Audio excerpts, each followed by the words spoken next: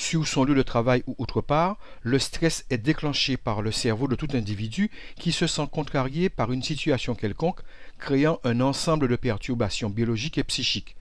Ceci provoque en général une tension nerveuse qui est la résultante de divers troubles comme l'anxiété, la fatigue, les démangeaisons dues à une éruption cutanée relative à l'eczéma ou le préoccupant ulcère gastrique. Le stress peut se manifester à la moindre agression.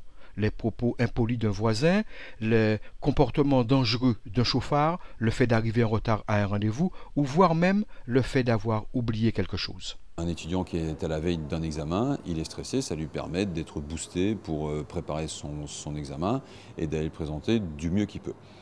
Maintenant, le stress peut prendre une autre forme, ce qu'on pourrait qualifier l'angoisse. Il devient pathologique, c'est-à-dire il est produit par une dépression.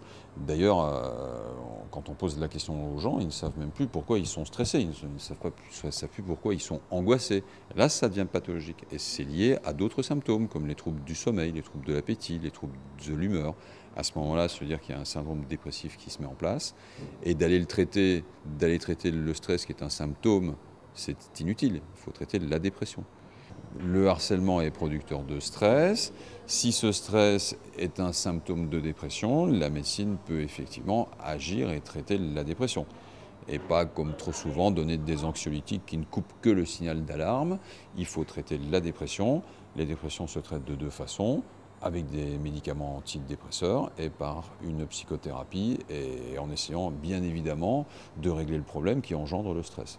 Vient s'ajouter aussi le stress dû à un harcèlement au travail, soit par un collègue ou un supérieur hiérarchique, exerçant une pression d'intimidation déstabilisante à l'endroit du salarié visé, dont 40% se sentent stressés et 15% très stressés.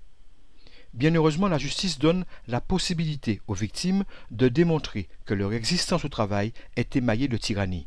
Il appartient au salarié, lorsqu'il ressent qu'il est victime de harcèlement, non pas de prouver le harcèlement, mais de prouver que les agissements qu'il a subis sont de nature à établir le fait de harcèlement. Donc à lui de verser ne serait-ce que quelques éléments qui établissent qu'il y a eu des agissements répétés. Ça peut être effectivement des mails répétés toutes les 5 minutes ou des mails avec des propos un petit peu ambigus. Ça peut être effectivement des avertissements récurrents pour des peccadilles.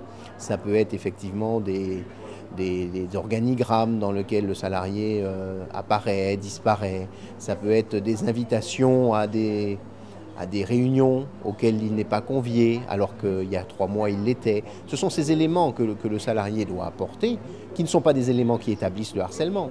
Mais le fait que, bout à bout, tous ces faits ont été subis par le salarié peuvent être effectivement constitutifs d'un harcèlement.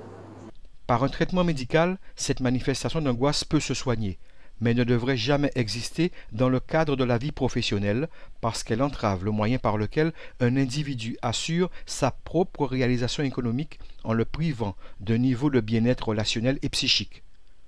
Le stress n'est pas une maladie, mais trop longtemps subi, il détériore l'efficacité au travail et peut causer de sérieux problèmes de santé.